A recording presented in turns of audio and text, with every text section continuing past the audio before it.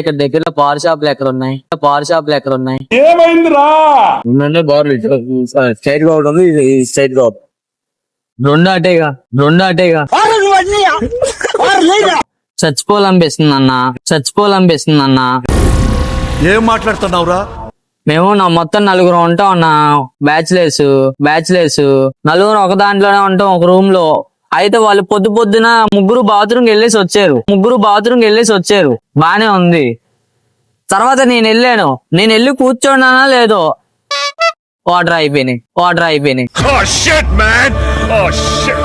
ఏం చేస్తా, పేపర్ పెట్టి కడుక్కొని వచ్చేసా. ఇప్పుడు వాళ్ళకి తెలిసింది అనుకో, వాళ్ళు నన్ను ఎక్కిరిస్తారు. వాళ్ళు ఎక్కిరిచ్చే దానికంటే ఇప్పుడు నేను చచ్చిపోవడం మేలు కదా.